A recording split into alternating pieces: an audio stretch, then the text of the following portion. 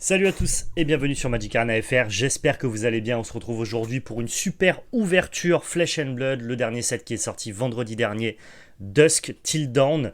Aujourd'hui on va s'ouvrir deux displays et on espère pouvoir trouver les meilleures cartes du set, notamment les Marvel, les légendaires en call foil et, sait-on jamais si on a la chance, une chance insolente peut-être espérer dropper une fable. De ce que je sais, les taux de drop ont été pas mal augmentés, avec maintenant un pourcentage de chance hors carte call foil de dropper une légendaire tous les 60 boosters, ce qui fait que normalement on est censé assez facilement retrouver ce genre de rareté dans nos displays. En tout cas, une display sur deux doit contenir une légendaire. J'ai toujours partagé mes ouvertures Flesh and Blood sur la chaîne et j'ai rarement été bien servi. Je n'ai jamais ouvert de grosse Marvel, je n'ai jamais ouvert de Fable, je n'ai jamais ouvert de légendaire call foil de mémoire et j'ai eu la plupart du temps des cases avec une seule légendaire. Donc aujourd'hui, c'est statistique, la chance va tourner. Je vais faire, et je vous le dis, vous n'êtes pas prêts, une ouverture de malade. Voilà, je donne le ton directement de la vidéo. Bonjour Nanook, comment vas-tu? Donc j'espère que vous êtes prêts le chat pour cette ouverture de zinzin. J'aimerais bien, pour une fois, dans une ouverture que je filme, avoir un taux de drop totalement pété. Ça me ferait excessivement plaisir. Je vous montre à quoi ressemble rapidement une petite display Dusk Till Dawn. Donc voici l'objet. C'est du bel objet, hein. On est sur de la belle orfèvrerie. Hop, notre ami Dusk Till Dawn, Legend Story Studio. Voilà, c'est scellé, c'est beau, on en a deux à ouvrir, on va se faire plaisir. Non, parce qu'il faut, pas là pour me plaindre bien évidemment, j'ai quand même la chance de pouvoir ouvrir des displays, quasiment une case à chaque sortie d'extension de Flesh and Blood, notamment grâce à mon partenaire Playing, gros big up à eux, les displays viennent de chez eux. Donc attention, on ne se plaint pas ici, on ouvre des belles cartes et on est content. Mais c'est vrai qu'en ayant ouvert une case de chaque extension depuis que j'ai commencé le jeu à Tales of Faria, je crois, ne jamais avoir ouvert de Fable, de légendaire call foil ou de Marvel, je suis quand même, au-delà d'être en dehors des stats, excessivement en dehors des statistiques. Donc il y a un moment, la chance forcément elle tourne, et je sais pas, je le sens, c'est pour aujourd'hui. C'est pour aujourd'hui. Est-ce que vous êtes prêts le chat? Est-ce que vous de votre côté tout va bien? Est-ce que tout va bien? Est-ce qu'on est prêt pour cette ouverture de folie? Bien évidemment. J'ai ouvert, j'ai ouvert une call foil pour toi, Lancelot, qui était pas exceptionnelle, mais j'ai eu la chance au moins de pouvoir avoir ça entre les mains. Ouais. Merci Daiko pour le prime.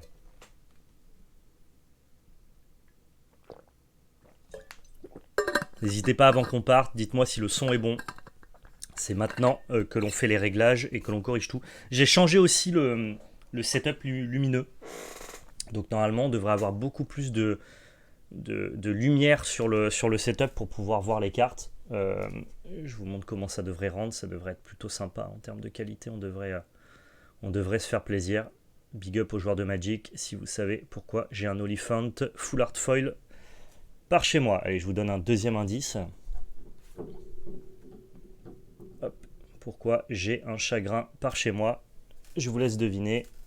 Le gagnant sur le chat n'aura rien, mais sera juste gagnant. Voilà, là vous voyez, on voit beaucoup mieux les effets lumineux avec ce setup là, beaucoup plus de luminosité, et ça rend vachement plus hommage aux jolies cartes.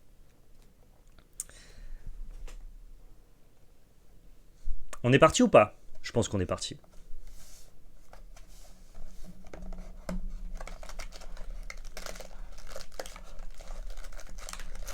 Oh là là. Eh ben dis donc. Alors Dusk Till Dawn, pour ceux qui ne savent pas ce que c'est, évidemment c'est une extension de Flesh and Blood. Flesh and Blood qui est le TCG qui fait parler de lui en ce moment, qui est un super TCG qui existe depuis 2019. 2019-2020, on va dire que les premiers grosses vagues de print sont intervenues en 2020. C'est ce qu'on appelle un set supplemental, donc c'est un set qui n'est pas draftable mais qui vient apporter du support pour des héros et des mécaniques qui sont déjà préexistantes. Et il faut savoir que le set actuellement est plutôt populaire parce qu'il y a beaucoup de très belles cartes à avoir, notamment ce qu'on appelle des cartes Marvel. C'est un peu comme des alternatives à Pokémon, donc qui sont des cartes très très belles avec un beau système de brillance. Et puis on a de très très bonnes majestiques à récupérer, notamment la Warmonger Diplomatie qui est en train de péter les stats en termes de prix pour une Majestic. Donc voilà, on a beaucoup de hits assez intéressants dans cette extension. En Majestic, on a le hit donc du coup Warmonger dont je vous parlais.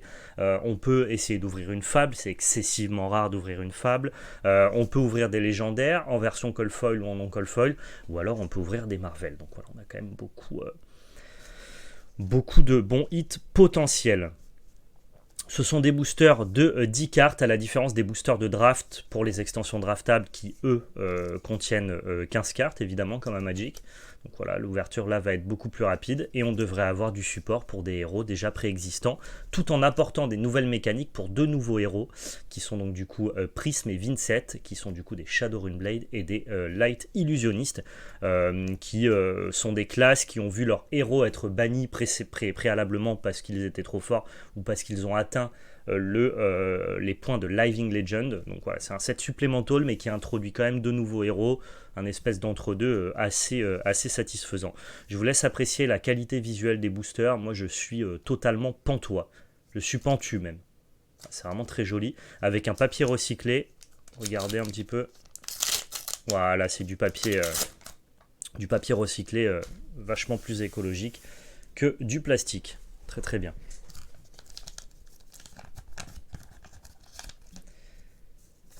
Alors, pour répondre à Gérald, qu'est-ce qui empêche un revendeur d'ouvrir un début de case pour revendre les cartes à l'unité et de mettre en vente les autres displays de la case dès que la carte la plus rare, limitée statistiquement à la case, est ouverte? Il n'y a aucune carte qui est limitée à être une case. Ça, c'est une idée reçue qu'on avait tous au début de Flesh and Blood, parce qu'il y avait quand même des statistiques qui revenaient assez régulièrement quand on ouvrait une case. Mais en fait, c'est totalement faux. Il n'y a pas de rareté limitée à une case. Tu peux avoir des cases avec 0 légendaire et des cases avec 5 légendaires. Les seules statistiques sont par booster. Tu as une chance sur 60 boosters d'ouvrir une légendaire. S'il se trouve que dans le print run qui a été mis dans ta case, eh bien, il y a 5 légendaires qui ont été collés, tu peux ouvrir 5 légendaires. Donc, qu'importe ce que tu revends de ta case, tu revends potentiellement une légendaire, une call foil ou une fable. Il n'y a absolument aucune statistique limitée à une case pour éviter justement ce genre de situation. Allez, on est parti, on commence avec l'Angélique Brass. Il faut le savoir, il faut le dire, parce que moi le premier, j'ai pensé le contraire quand j'ai commencé à jouer au jeu, et c'est totalement faux.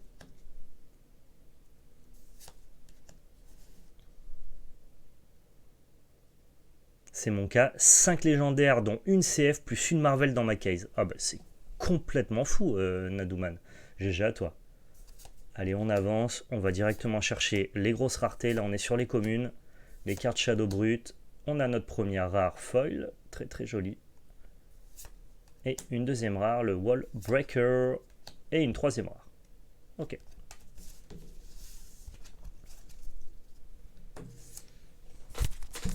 N'hésite pas, il n'y a pas de problème, Gérald de la Rivière. Tu peux largement acheter une display isolée sans aucune crainte. On voit d'ailleurs beaucoup de gens qui ouvrent des dingueries en achetant seulement une display.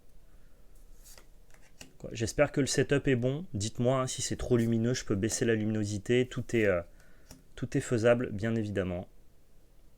Vous pouvez profiter aussi des sublimes illustrations de Flesh and Blood. Très très jolies.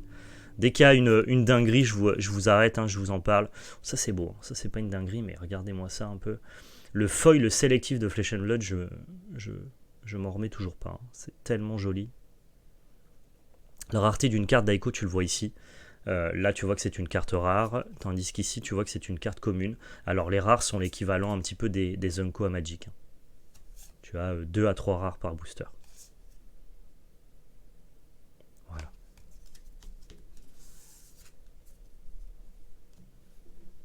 Les taux de drop ont été un peu augmentés, Nadouman, mais cela dit, rien ne justifie d'avoir eu autant de chance que ce que tu as eu. C'est particulièrement chanceux de ta part.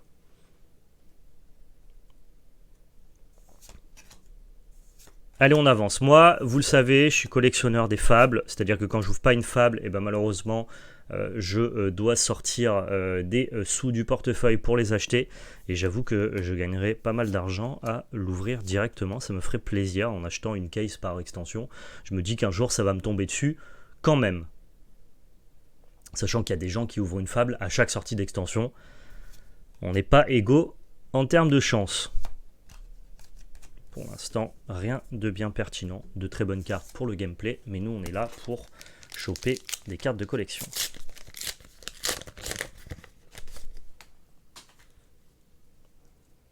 C'est effectivement la nouvelle extension d'Oerf. Pour ceux qui s'intéressent un peu à Flesh and Blood, on a fait une vidéo d'introduction sur la chaîne TV où on apprend à jouer au jeu avec PL pour justement pouvoir vous introduire et servir de passerelle entre le genre de Magic et le genre de Flesh and Blood si jamais ça vous intéresse de vous y mettre. Et avant-hier, j'ai été coaché par Pedro Canali, ancien champion de Pro Tour à Magic et Pro Tour player de Flesh and Blood, qui du coup me coach sur un deck. Et la vidéo est disponible sur la chaîne TV depuis ce matin. Pour une exclamation TV dans le chat. Oula, qu'est-ce qui m'arrive alors? Je suis bourré ou quoi? Alors qu'on est que le matin.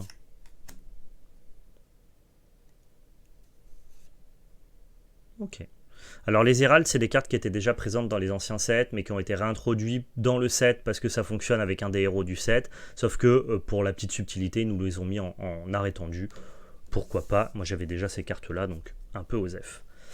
Non, je suis les deux, Emrajul, mais oui, je suis beaucoup plus collection que sur Magic. Sur Magic, je collectionne pas ou peu, à part quelques cartes, genre la Vagabond Edgefoil, parce que c'est culture otaku, manga, et que j'aime bien. Et sinon, je collectionne pas à Magic, alors que je collectionne à Flesh and Blood, effectivement.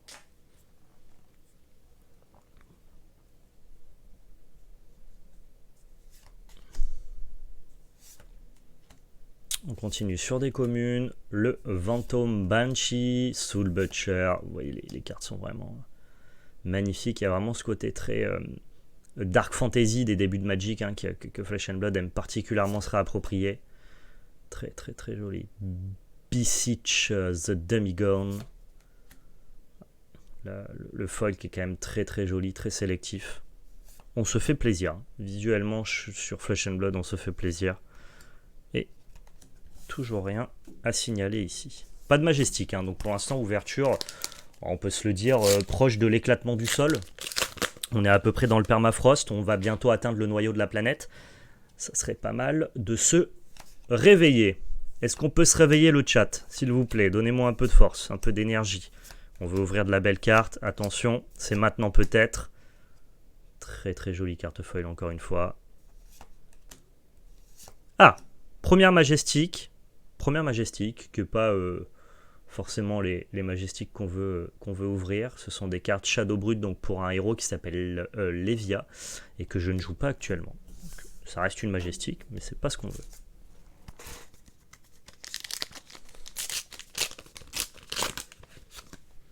Et je n'ai jamais fait une bonne ouverture de Flesh and Blood, quand bien même j'en propose vraiment 4 displays par set. Donc il se peut qu'à la fin, il se peut que j'ai le droit de me plaindre. Oh, let's go! Pile au moment où je râle, j'ouvre une légendaire, et la meilleure, celle que je voulais, c'est celle dont je vais avoir besoin pour le tournoi de samedi, le Diadic Carapace. Mais comme quoi, en fait, c'est triste. Franchement, la vie est triste parce que tu es obligé de te plaindre pour être récompensé. Alors qu'on ne devrait pas se plaindre, ça devrait juste nous arriver naturellement. Les statistiques doivent se lisser, quand t'as pas de chance, tu finis par en avoir. C'est l'histoire de la vie. Non, non, non, non, il faut appeler les cartes, il faut se plaindre, mais c'est fou ça. Oh là là, sans déconner. Diadic Carapace, une légendaire, c'est un équipement Runeblade, un équipement de corps, et ça va venir du coup se rajouter au side de Braillard, qui est le deck que je vais jouer pour le tournoi de samedi. Très très jolie, c'est une carte qui doit coûter dans les 50 €, je pense. Elle n'est pas en cold foil, mais cela dit, la carte est quand même très jolie. Et on voit qu'il y a moins de problèmes de print que sur Outsider, là la carte est en très bon état. Le foil est évidemment exceptionnel. Encore une fois, je vous laisse apprécier la sélection du foil qui vient un petit peu accentuer les contours métalliques de l'armure. C'est du super travail, il n'y a vraiment rien à dire. Exceptionnel.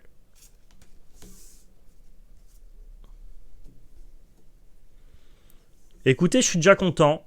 Cette case là, pour moi, ça y est, c'est réglé. On a eu une petite légendaire, j'en demande pas plus.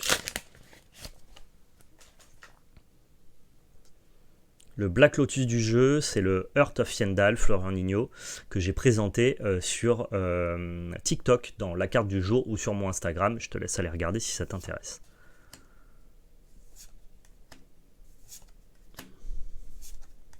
Allez, on avance, on peut faire mieux. On peut avoir encore une cold foil légendaire. On peut avoir une fable. Comme je vous ai dit, tout est rationné par booster et non pas par boîte ni par case. Donc on peut ouvrir du sale. En fait, une légendaire ne veut pas dire que notre boîte est finie. Et c'est ça qui est beau à Flesh and Blood. C'est que ce n'est jamais fini. On peut encore ouvrir des dingueries. C'est un tournoi en boutique à la crypte du jeu, Lord Selmac. Je serai présent sur place pour découvrir bien du coup le compétitif de Flesh and Blood. Allez, on avance, on avance, on avance. Ah, je suis triste d'avoir ouvert ma légendaire sur cette complainte. Northern Winds, qui est une Majestic Foil. Majestic, donc c'est l'équivalent des rares ou des mythiques entre guillemets à Magic. Plutôt des bonnes cartes en général. C'est une spécialisation pour Oldhim, qui est un héros qui malheureusement a accumulé assez de points de victoire lors des Pro Tours et des championnats du monde pour passer Living Legend et donc du coup d'être banni par les règles du jeu. Ce qui fait que cette carte-là, super, elle a été imprimée, mais en fait elle n'est pas jouable. Ok, bon, ça reste une Majestic. Un jour ils réimprimeront un héros qui s'appelle Oldhim et on pourra jouer cette carte bien évidemment.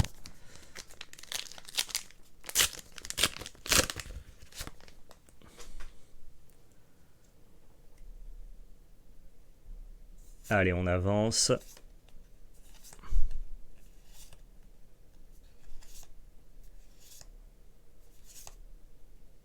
Très joli. Les cartes foils sont vraiment très très belles.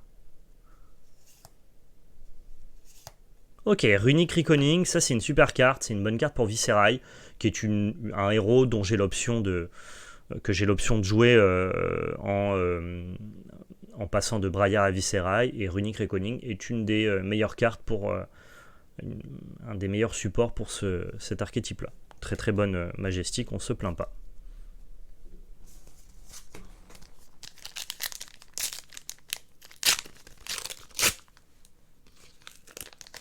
Ouais, Ziobrick, j'en parlais tout à l'heure. Tu vois la rareté d'une carte Flesh and Blood juste ici. Là tu as les communes. Ici tu as donc du coup les Majestiques. Ici, du coup, tu as donc les rares. Et notre petite légendaire est notifiée juste là. Tout simplement. Et pour les fables, je vous laisse la surprise parce qu'on va ouvrir une fable ce matin. Je le sens. Je le sens, je le sens. Je l'ai dit. Il faut savoir aussi qu'à l'instar un petit peu du set LOTR, il y a 5 artistes proof call foil de chaque nouveau héros, 5 prismes et 5 Vincent, qui ont été distribués entre toutes les boîtes qui ont été éditées pour le set Dusk Till Dawn. Laissez-moi vous dire que si on ouvre ce genre de cartes, là c'est sur des chiffres, c'est sur des sommes à 4 chiffres, voire plus. Il n'y a du coup que 5 exemplaires de chaque héros. Artist proof signé, call foil, qui sont cachés dans le set. Donc ça, bon, évidemment, c'est l'intouchable, hein. On n'espère pas ouvrir ce genre de carte-là. On sait que nous ne sommes pas la cible, cela ne s'adresse pas à nous. Mais sait-on jamais, la possibilité en tout cas existe.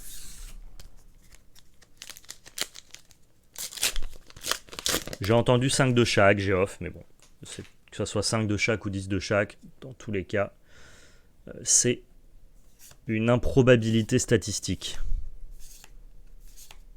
Non, si justement, ça reste probable, mais très très faible.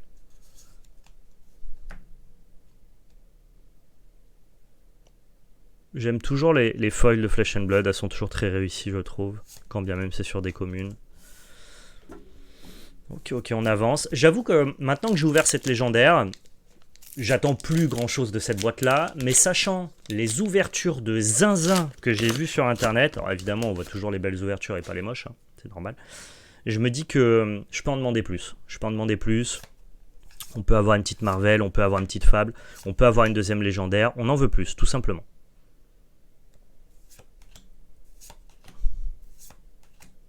Oh, qu'est-ce que c'est beau. Le foil sélectif, regardez un petit peu la cuirasse du troll qui est magnifiquement mis en avant par le foil. T'as quand même comme s'il y avait 2 couches de foil en fait. Ah ouais, Nadouman, tu en as vu de ces artistes proof numérotés dans la 10? J'en ai même pas vu. Je sais même pas à quoi ça ressemble, Nadouman. Ça veut dire qu'il y a des gens qui en ont déjà ouvert. Trop bien pour eux.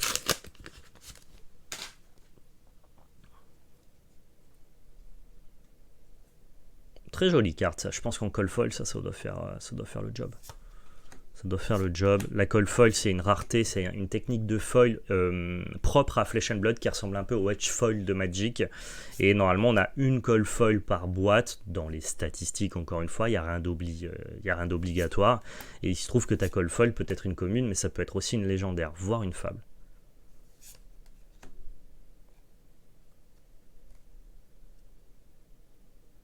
C'est très beau. C'est évidemment très très très beau. Ok.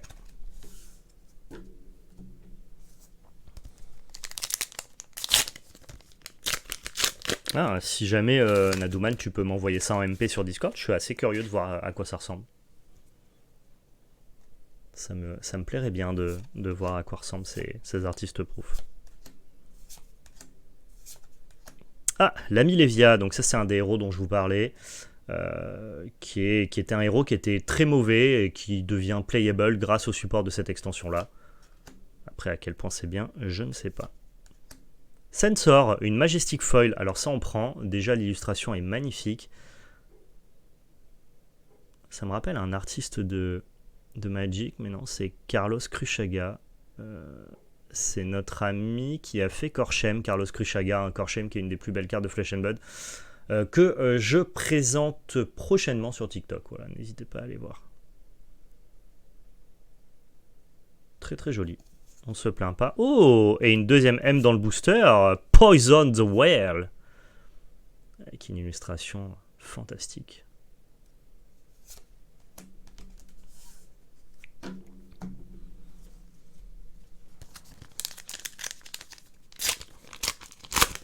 Si jamais vous n'avez jamais vu, et je vais vous montrer entre les deux boîtes, Ah, je ne sais plus parler. Fait chaud, hein. Le cœur de Fiendal, pour ceux qui veulent savoir ce qu'est le Black Lotus un petit peu de Flesh and Blood, je vais vous montrer ça. Et je vous montrerai aussi Korchem de Carlos Cruchaga, qui je trouve est une des plus belles cartes du jeu. Comme ça au moins, je vous ferai découvrir les très très hautes raretés. Oh, mais regardez-moi ça. Quelle énorme dinguerie.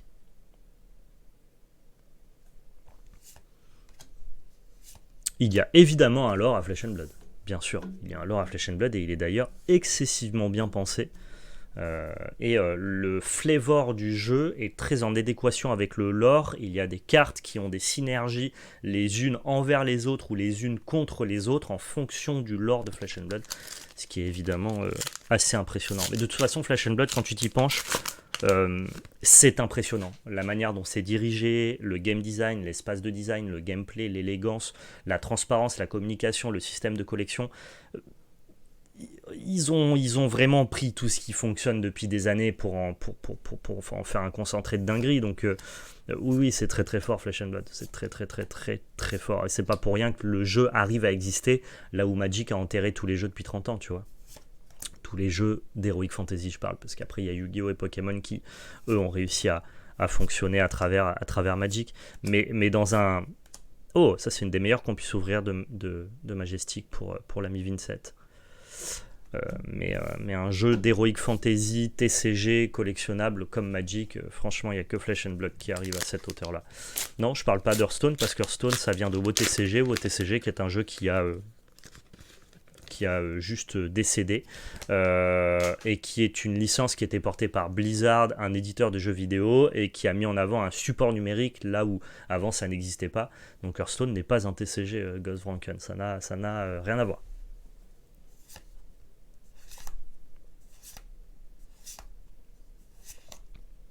À la limite, on peut parler de WoW TCG, mais qui lui vient quand même d'une licence qui était soutenue par Blizzard, mais qui en fait, quand bien même, n'a pas fonctionné en fait, puisque c'est devenu un dead game, dont la production a été arrêtée.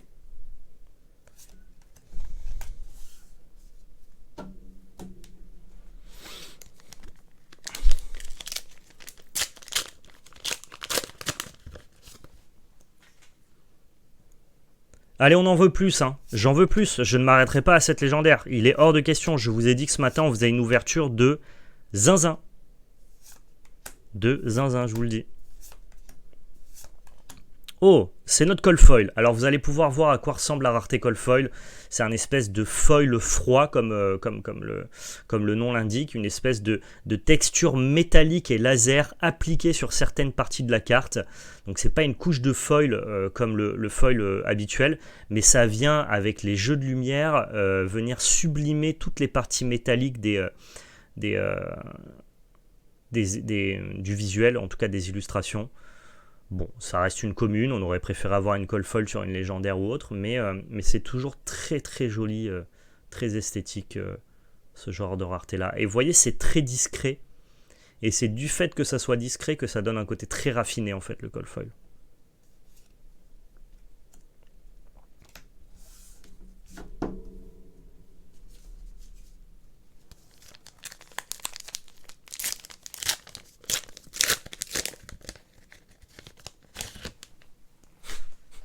La texture laser, Lancelot, exactement. Laser.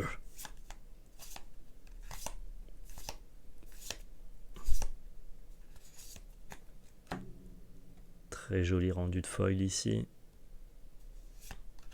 Allez, on en veut plus, on en veut plus. Hein. On veut de la légendaire, de la Marvel, de la Fable, on en veut plus. On ne veut pas s'arrêter à cette carapace. Je ne veux pas m'arrêter là.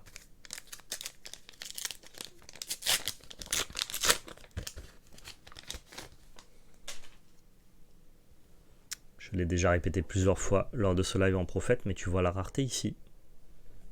Évidemment, plus une carte est rare, plus elle a des effets de brillance, plus visuellement tu sais qu'une carte est rare à Flesh and Blood.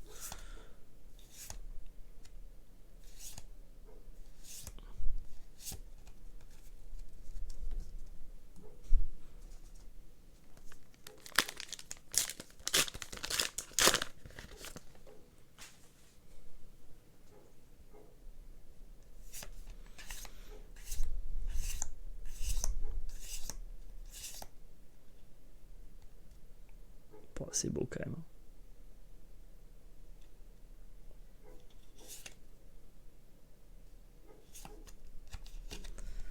Allez là, on a eu combien de Majestiques? Ça fait pas beaucoup là. Hein.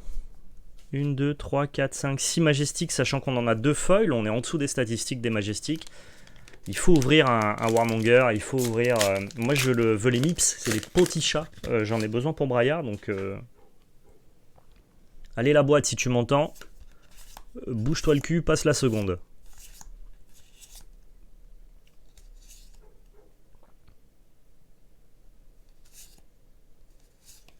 Et non, toujours pas. C'est la dernière de la boîte, ensuite on passera à la seconde.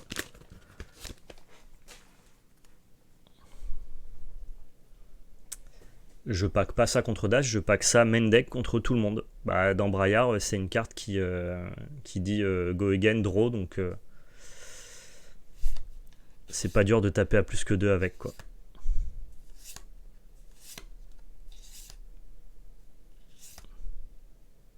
Oh, mais regardez-moi ça, comme c'est beau. Vous voyez comme l'effet de foil ressort particulièrement bien sur les contours de l'armure. Très très très stylé. Dernière carte, attention. Et c'est une majestique supplémentaire, le Beaconing Light, dont on en a absolument rien à foutre. Alors, petit récap de cette boîte ici, on a la Diadic Carapace qui est un bon hit. Notre petite Call Foil du coup qui est une carte commune. Vous voyez comme ça brille là au niveau de la lumière, c'est... Voilà, oh, là vous le voyez bien, le côté Call Foil qui se sublime avec les rayons du soleil. Exceptionnel, enfin soleil artificiel bien évidemment. Je maîtrise la technologie de la fusion. Et voici les Majestiques qu'on a ouverts. Bon, c'est une boîte en demi-teinte que l'on ne peut pas critiquer parce qu'on a une petite légendaire, mais on n'est pas gâté sur nos Majestiques, on n'est pas gâté sur le nombre et on n'est pas gâté sur notre Call Foil. Moi, ce matin, j'ai annoncé une ouverture de zinzin. J'en veux beaucoup plus, le chat. Je vais vous montrer du coup les 2 cartes dont je vous ai parlé et on passe directement à la deuxième boîte.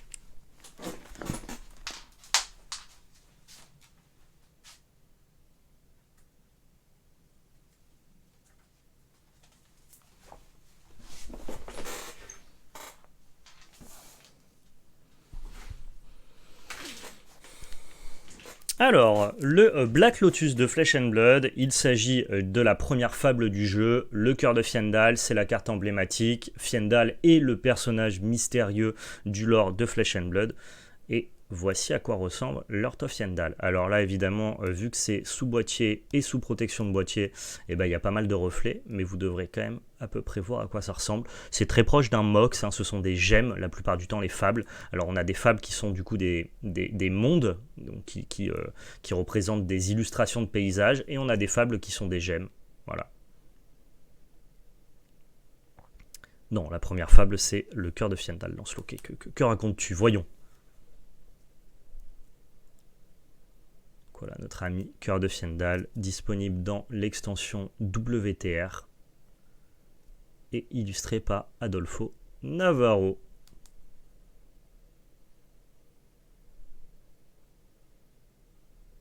Je rigole, hein, je te troll, Lancelot, bien évidemment. Donc voilà, ça, c'est le Black Lotus de Flesh and Blood pour l'instant. Alors, il y a la version Cold Foil qui coûte, elle, une somme totalement astronomique que je ne suis pas capable de récupérer. Mais ici, vous avez la version Rainbow Foil qui est un peu plus simple à avoir, quand bien même les prix se sont quand même envolés. Hein. Ah bah, ça a déjà, évidemment, énormément grimpé, Emrajul. Et ensuite, on a ce que je trouve, moi, être une carte magnifique. C'est quoi astronomique? Non, on n'est pas sur 60K, mais entre 10 et 20K. On est entre 10 000 et 20 000 pour le cœur de Fiendal Cold Foil. Là où sur une carte comme ça, on est plutôt sur 500. Donc voilà, ça va du simple au x40 à peu près. Ici, on a un Korchem. Korchem, c'est une fable aussi, la fable de Tales of Aria. Celle-ci n'est pas en Rainbow Foil, mais en Cold Foil parce qu'elle vient du First Print. Et donc, vous voyez, en fait, l'entièreté de la frame, des nuages et des reflets, en tout cas des petits effets dans l'arbre, sont brillants. Et je trouve la carte excessivement magnifique. Alors, évidemment, comme il y a, comme je vous l'ai dit, la sleeve plus la case, vous ne voyez pas très bien les effets de brillance, mais je peux vous dire qu'à l'œil, ça brille vraiment très bien, quoi.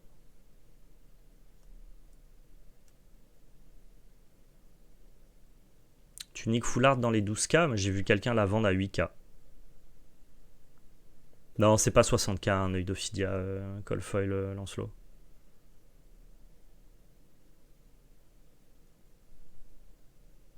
On peut aller vérifier maintenant, cela dit. Maintenant, il n'y a plus ces différences-là, mais au début où le set est sorti, il y avait une différence entre les premières éditions et les suivantes. Maintenant, ça a été aboli. Il n'y a qu'un seul print, qu'un seul et même print.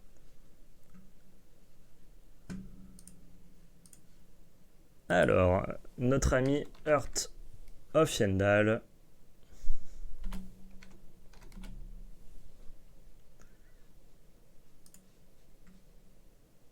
En alpha, ouais, c'est ça. Il y en a un qui est vendu 13 000 actuellement et un gradé 9 par BGS 20 000. Donc c'est entre 10 et 20 000 à peu près. Oui, c'est ça. C'est Anthony Drolic en plus qui vend la sienne à 7 000. Ok, d'accord. 7 ou 8 000, c'est ça. Bon, c'est déjà énorme. Hein. Enfin, je veux dire, une carte qui existe depuis 3 ans et qui se vend 15 000 balles, c'est quand même très sujet à l'investissement et à la spéculation. Je ne suis pas sûr que le prix soit totalement justifié. Et, enfin, je veux dire, si vous aimez vraiment Flesh and Blood et que vous voulez des cartes de collection, les versions Rainbow Foil à quelques centaines d'euros font très bien l'affaire, je trouve. Mais bon, après ça, c'est un autre débat. Je peux comprendre que certains veulent ces cartes d'exception. Il faut savoir qu'en Cold Foil, donc du coup en rareté First Print du premier set, il doit y avoir quelques centaines de pièces dans le monde, là où les versions Rainbow Foil sont plutôt à quelques milliers d'exemplaires. Il doit y avoir, je crois, 2000 cœurs de Fiendal, là où il y en a plutôt 200 en Cold Foil. Voilà. Allez, on part sur la deuxième boîte.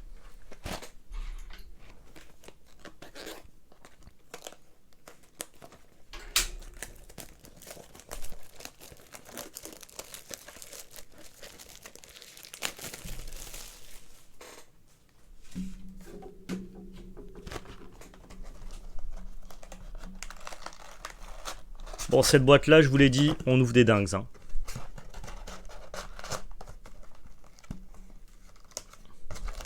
Il n'y a pas de version abordable de la carte. Les fables sont forcément des cartes rares. Alors il y a des fables à 50 €, hein, attention. Le Blood of Drakai, qui est la fable de pricing, n'ayant que très peu d'intérêt méta, n'étant pas d'un set ancien, ça vaut 50 balles. Mais le cœur de Fiendal commence à prendre un peu de la valeur parce que c'est la fable du premier set en fait. Mais comme ce sont des cartes qui n'ont pas d'intérêt à être jouées compétitivement, en fait on s'en fiche que les cartes coûtent cher puisque tu n'en as pas besoin pour jouer, ce n'est que de la collection. Alors, c'est vrai et faux parce que maintenant, ils font vraiment en sorte que les fables soient peu jouables. Mais dans le cas de Heart of Fiendal ou de l'Œil d'Ophidia, qui est la fable du deuxième set, pour le coup, il se trouve qu'elles ont été jouées. Et ça explique aussi en partie leur prix un peu démesuré. Mais c'était pas le but initial à la base.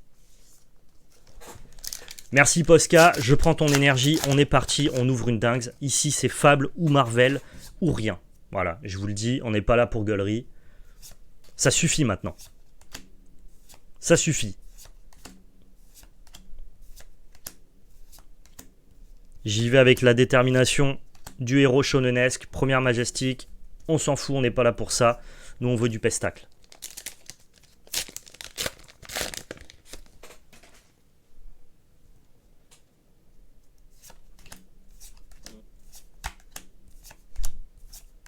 On veut du pestacle, on veut de la grosse carte, de la grosse rareté. Yes, let's go. Une deuxième légendaire.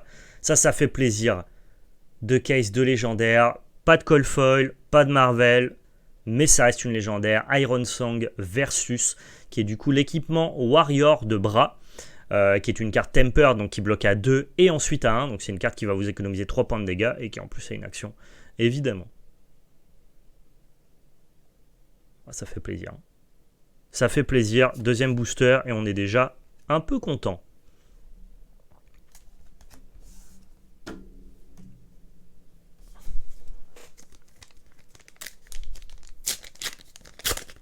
Alors les L sont forcément foil, Dwarf. Par contre, tu peux les avoir en cold foil et là, c'est beaucoup plus recherché, évidemment.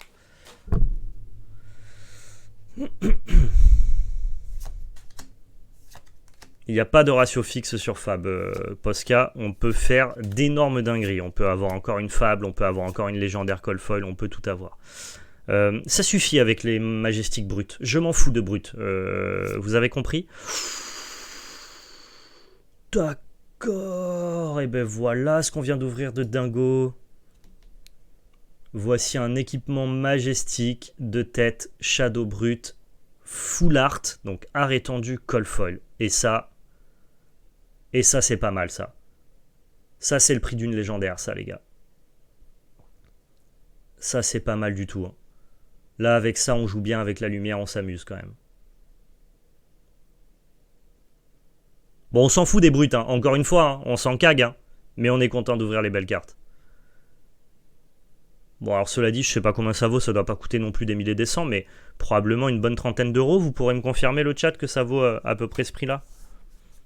C'est toujours très satisfaisant.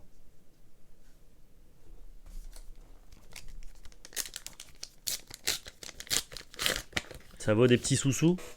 Tiens, c'est quoi des petits sous-sous, Lancelot? On veut les termes, nous. On veut les termes. Est-ce que ça vaut 15 balles, 20 balles, 30 balles?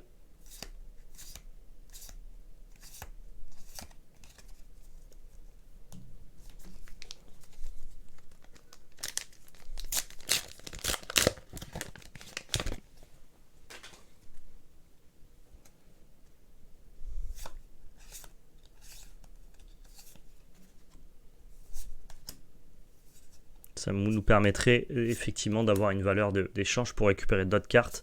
Et ça serait très très bien. Oh, ça c'est super. Shadow Runeblade, on dirait une carte de brut, mais c'est une carte de Runeblade. Et ça fait partie des meilleures cartes que l'on puisse ouvrir pour pouvoir jouer Vincent. Donc c'est très très bien. 20 € d'après MKM. Ok. Bon, ça s'entend. Hein. C'est pas si cher pour une carte qui est pas facile à avoir. Enfin, ça reste une Cold Foil art étendu. C'est beau quand même le Cold Foil. C'est quand même assez rare, mais bon, comme c'est probablement peu ou pas joué, les prix sont pas excessivement hauts. Donc on se plaindra quand même pas. Ça reste très très bien.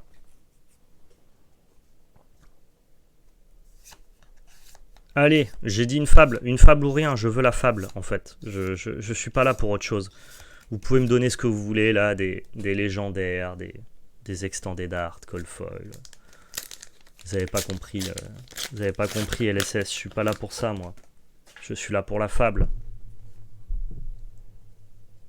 Je suis là pour la fable. Ou une Marvel, cela dit. Parce que là, montrer un Figment Marvel au chat, je pense que pour ceux qui sont pas convaincus par les beautés des cartes, c'est la meilleure chose que vous puissiez faire pour donner envie aux gens de se mettre à jouer ou à collectionner. Parce que t'ouvres un Figment, je peux te dire que là, les gens, ils sont pas peu contents d'avoir vu ça, je pense.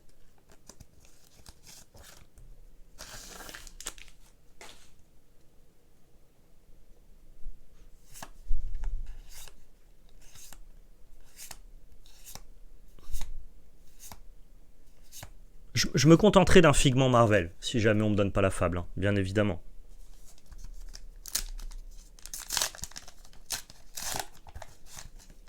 Bon, on s'arrange en août, Lancelot. Si ce n'est que ça, je peux le commander.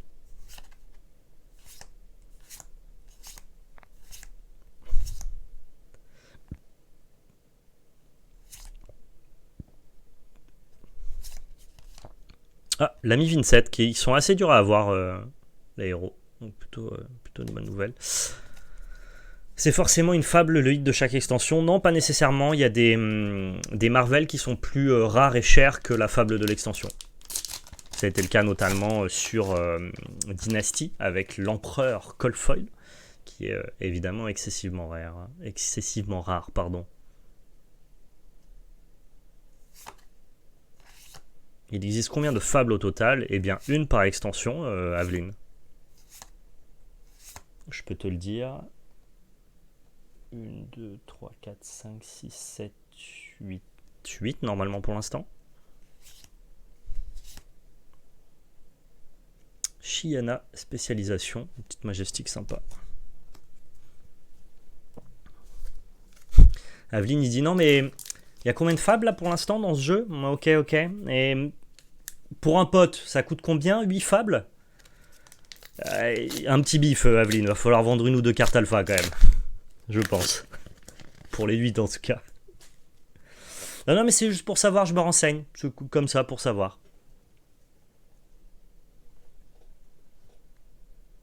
Ah non, il y en a 9, effectivement, parce que moi j'ai pas le Command and Conquer, en fait que je prends pas pour une fable. Pour moi, c'est une Marvel, parce que c'est la seule fable qui n'est pas une fable, mais qui est un reskin d'une carte compétitive. Donc pour moi, c'est pas une fable, et au prix où elle est, de toute façon, je ne conçois pas la récupérer. Et je n'ai pas librairie de Solana. Voilà, j'ai tardé à la prendre, et maintenant elle a spiké, explosé, et du coup, pas de librairie, quoi. Donc non, il me manque sur les 9 fables, en fait, si tu comptes machin chose, je n'en ai que 7. Et maintenant, il faut compter celle-là, donc 9 en fait. 10 fables alors, du coup. Il y en a 10 maintenant, parce qu'effectivement, il y a la fable de ce set-là aussi, que je n'ai pas, encore. Elle arrive, je vous l'ai dit, on va l'ouvrir. Mais pour l'instant, je ne l'ai pas encore, non. Ça brille bien derrière, hein. Je ne sais pas si vous voyez. Regardez là.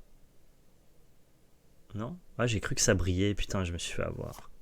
Pas du tout. J'ai vraiment cru une fausse joie. Est-ce que la valeur est importante? La valeur, c'est pas un but, c'est un moyen. C'est-à-dire que non, on s'en fout de combien ça vaut si jamais tu collectionnes et que tu comptes pas revendre. On n'est pas là pour spéculer à investir. Par contre, si tu veux les récupérer, oui, la valeur elle est importante parce que c'est ce que tu dois débourser de ta poche pour pouvoir récupérer ces cartes-là. Donc oui, c'est assez important de parler de la valeur des cartes quand tu joues à un TCG. Au vu du prix que coûte le jeu, dès lors que tu dépenses de l'argent comme un billet d'entrée pour pouvoir récupérer certaines cartes, tu es content que tes cartes elles aient aussi une cote et une valeur pour être un billet de sortie. Je prends l'exemple de Spoil Skull. C'est important de savoir combien cette carte-là elle coûte parce que moi je la joue pas, mais ça va être une valeur d'échange monétaire pour récupérer une autre carte que je jouerai. Donc oui, faut pas être délusionnal, quoi. Les cartes ont une valeur et évidemment qu'on veut ouvrir les cartes les plus chères dans nos ouvertures, quand bien même on les joue pas, on les collectionne pas, parce que ça reste des bonnes valeurs d'échange monétaire, quoi. Et comme je le dis toujours sur les TCG, là où certains font de la valeur des cartes un but à atteindre, pour moi l'argent n'est pas tabou dans le monde des cartes parce que c'est un moyen, voilà. Pas du tout un but, mais c'est un moyen et on ne peut pas décorréler la collection de la dynamique financière. Ça coûte cher de jouer aux cartes ou de les collectionner.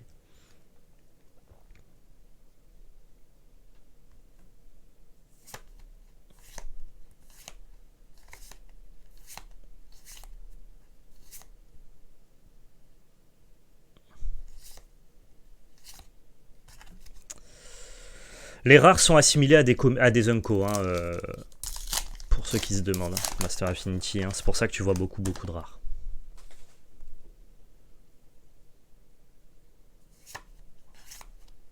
Ouais, mais le prix reste important, Florent Nino, parce qu'il faut savoir à combien tu vas l'acheter. C'est pour ça qu'on parle de l'argent des cartes aussi. C'est pour savoir quel est le billet de sortie, enfin le billet d'entrée qu'il faut que tu lâches pour avoir la carte. Donc évidemment que la valeur des cartes a un intérêt. Qu'on peut pas faire comme si c'était que des bouts de carton à 10 centimes, c'est malheureusement pas vrai, que tu sois joueur ou collectionneur.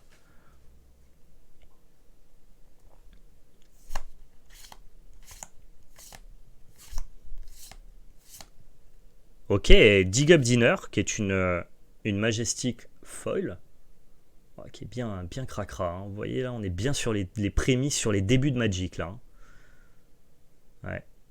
Ouais.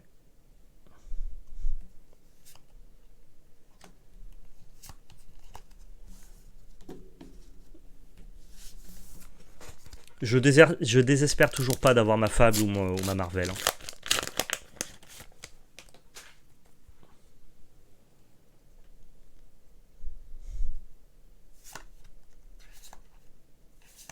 J'arrive pas du tout à distinguer les raretés de Fab. Bah je t'ai dit, hein, c'est marqué là. Mais tout comme tu distingues pas les raretés d'une carte Magic en fait. Dès lors qu'elles sont pas ou Extended Art ou autre, quoi, bah c'est exactement pareil à Flesh and Blood. Et là tu vois ici c'est une Majestic.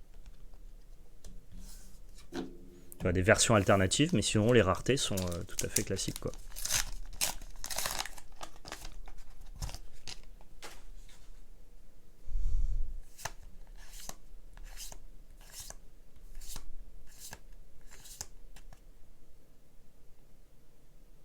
Très joli, hein. Le Célestial Réprimande là. Je peux te dire que le mec qui s'est fait réprimander là, il est pas content. Il s'est pris un gros doigt dans le plexus solaire là. Ça lui a pas fait du bien. Ah bah je peux te dire, Aveline, que ce qui se passe, c'est que LSS a une politique de réimpression. Une fois par an, ils réimpriment les meilleures cartes des 3 précédents sets dans ce qu'on appelle les sorties HP, History Pack, qui réimpriment les 3 précédents sets. Le HP1 qui est sorti donc du coup pour les langues européennes qui ont soutenu le jeu quand le jeu n'était qu'en anglais, donc le HP1 français, italien, espagnol et allemand, ont vu des cartes exclusives à ce marché-là se glisser dans les boosters, ce qu'on appelait des Marvel, donc des versions Cold Foil, double face, alternative, extended art, des meilleurs héros du jeu. Ces cartes-là ont une super valeur, étaient assez rares, à peu près une toutes les 8 displays. Et ces cartes-là, donc du coup, sont extrêmement recherchées par les collectionneurs, quand bien même ces cartes-là ne sont pas dans leur langue, parce qu'elles ne sont que dans les langues européennes et non anglaises. Il faut savoir que Flesh and Blood s'attaque au marché japonais, ce qui veut dire qu'il y a un set History Pack qui va sortir au Japon. Et dans ce set History Pack japonais, il va y avoir encore des versions Marvel de certains héros particulièrement appréciés de la communauté en japonais. Je peux te dire d'ores et déjà qu'il y a des gens qui prennent leur billet pour le Japon pour être là lors de la sortie de Flesh and Blood, l'History Pack et récupérer les cartes Marvel japonaises. Tellement c'est attendu, hype et que ça va être exceptionnel.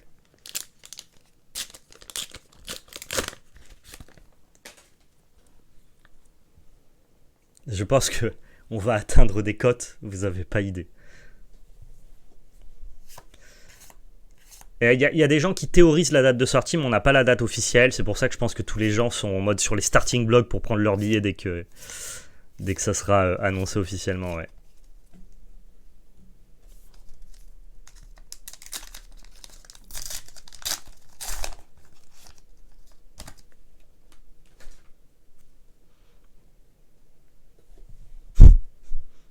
Avec une TCG qui prépare les billets. Ah, c'est quand tout ça là pour bientôt? Oh, une petite Majestic, le Bastion of Unity. Il faut savoir que les équipements Majestic sont plus rares que les cartes Majestic tout court, puisque comme tu peux avoir qu'un seul équipement dans ton deck, et ben du coup elles sont 3 fois plus rares qu'une Majestic normale, quoi. Très sympa le petit Bastion. Ok, on prend. Ça mange pas de pain.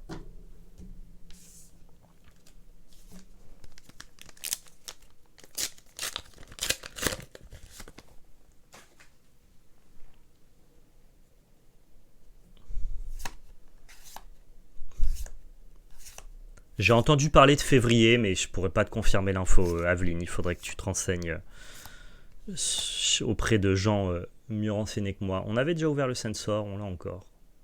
Plutôt une bonne carte, on va pas se plaindre. Plutôt une bonne carte. C'est dommage que ce soit pas un popper. On aurait préféré que ce soit une 2 pour 6.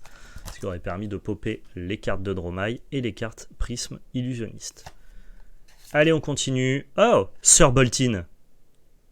Qui malheureusement sera toujours pas très très joué avec le support de cette extension. Mais big up à tous les joueurs de Boltyn.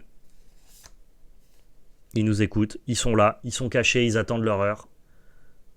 Angelic Vrass, magnifique, hein, encore une fois là.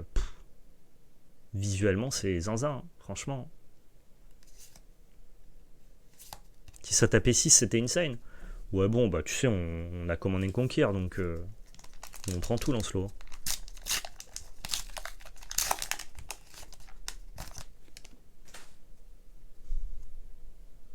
Oh, tu peux bien décaler de 6 mois ton voyage, du coup, Aveline.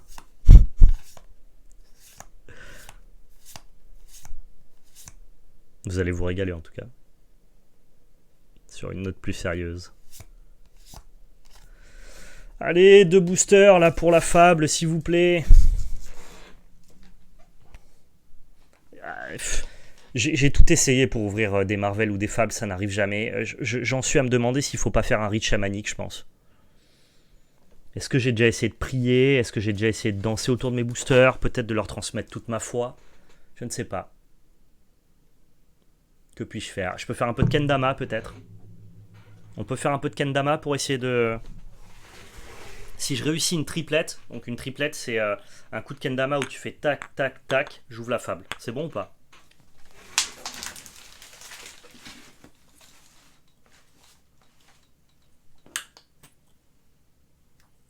J'ai 3 essais, le chat. Ça compte pas, c'était le premier.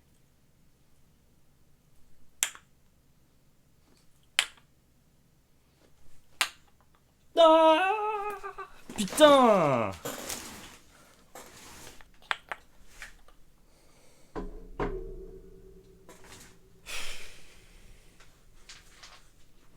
On y était presque, quoi. On y était presque.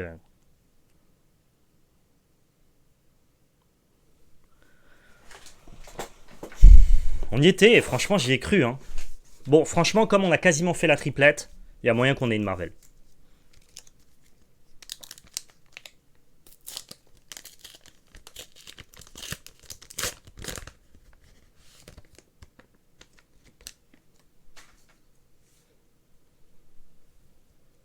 Ah putain, je vais slammer le booster, comme toi, Lancelot. Lancelot, pour dropper des cartes, il prend son booster, il l'écrase au sol, quoi. Vas-y, le prochain, je le slam. Ah. Ah bah merde, putain, spoil. Bon bah, je voulais vous montrer un Figment, il est là. Quelle loose, quoi. Ah, attendez, bon, c'est pas un Figment Marvel, hein, c'est vachement plus joli en Marvel, mais les Figments, ce sont ces cartes-là, c'est les cartes, du coup, qui vont être jouées avec la nouvelle Prisme. Et en gros, c'est des permanents qui arrivent sur le champ de bataille, et une fois qu'ils sont retournés... Oui, non, c'est ça, pardon. C'est des permanents qui arrivent sur le champ de bataille, comme ça, et une fois qu'ils sont retournés, eh bien, c'est des giga gros anges qui attaquent, et ils ont des versions Marvel à se taper le cul par terre, quoi. Lancelot. C'est comme ça que Lancelot il ouvre ses meilleures cartes. Hein. Bon, après, elles sont pour les cartes, mais au moins, voilà. Comme ça qu'on ouvre un booster, je vous montre.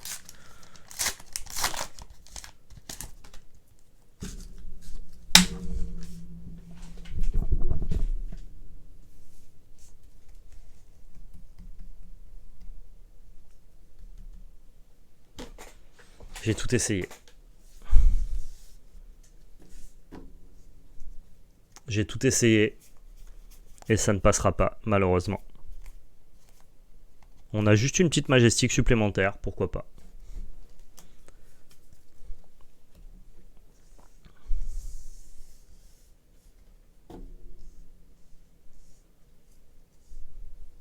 Tiens, même en slamant, ça va pas fonctionner, Lancelot, c'est fou, hein.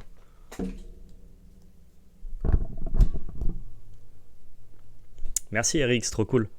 Alors, au nombre de Majestic, on en a 1, 2, 3, 4, 5, 6, 7, 8, 9, 10, 11, 12, 13, 14, 15, 16. 16 Majestic, donc 8 par boîte, c'est fine. Par contre, on n'a pas eu du tout les meilleurs Majestic, on n'a pas eu les plus chers. Donc on n'est pas rentable sur les Majestic, aucune Warmonger, aucun Mips, qui est un peu dommage. Par contre, en termes de légendaires, on est dans les quotas. On est même un peu au-dessus des quotas, puisqu'on a eu une légendaire par boîte, là où on aurait dû en avoir une toutes les deux boîtes. Après, attention, moi j'ai fait des cases avec 0 ou une légendaire, donc je me plains pas, je suis très content d'en avoir eu 2, c'est très très bien. Notre petit Coldfoil ici, c'est une commune, donc on aurait pu faire beaucoup mieux. Par contre, celle Coldfoil là, eh ben, c'est plutôt bien, puisque c'est une version Majestic, art alternatif. Donc on est quand même globalement, sans avoir détruit les stats comme je le voulais au début de cette vidéo-là, on est dans une ouverture très acceptable, sachant que j'ai fait des ouvertures en dessous des statistiques quasiment tout le temps de mon expérience sur Flesh and Blood. Pour une fois, j'ai une ouverture qui est très fine, qui est très dans les statistiques, mais par contre, toujours pas d'ouverture cassée, quoi. C'est toujours pas mon tour. C'est toujours pas mon tour d'ouvrir un booster là et d'avoir une fable, d'ouvrir des Marvel, d'ouvrir des displays avec de légendaires. Je patiente depuis tout ce temps. Quand est-ce que ça va arriver, quoi? Quand est-ce que ça va arriver? J'attends toujours. Je ne vais pas ouvrir plus de boîtes aujourd'hui, je n'en avais commandé que 2 chez Play-in. Il y a des chances peut-être que j'en reçoive encore de la part de LSS directement. Et dans ce cas-là, je vous les réouvrirai, peut-être pas en live, mais directement en vidéo sur la chaîne TV. Une ouverture plus rapide, plus concise, où on viendra encore une fois aller chasser de la fable. Si jamais ça arrive rapidement, voilà, je vous proposerai ça. Et puis merci beaucoup d'avoir regardé cette ouverture, c'était cool. C'était cool. Ça reste, je suis quand même très content d'avoir eu la Diadic Carapace, parce que c'était vraiment la légendaire dont j'avais besoin pour Braillard. Et en plus, elle est quand même très jolie. Hein. J'aurais pas dit non à la version Coldfoil, mais pourquoi pas. Pourquoi pas.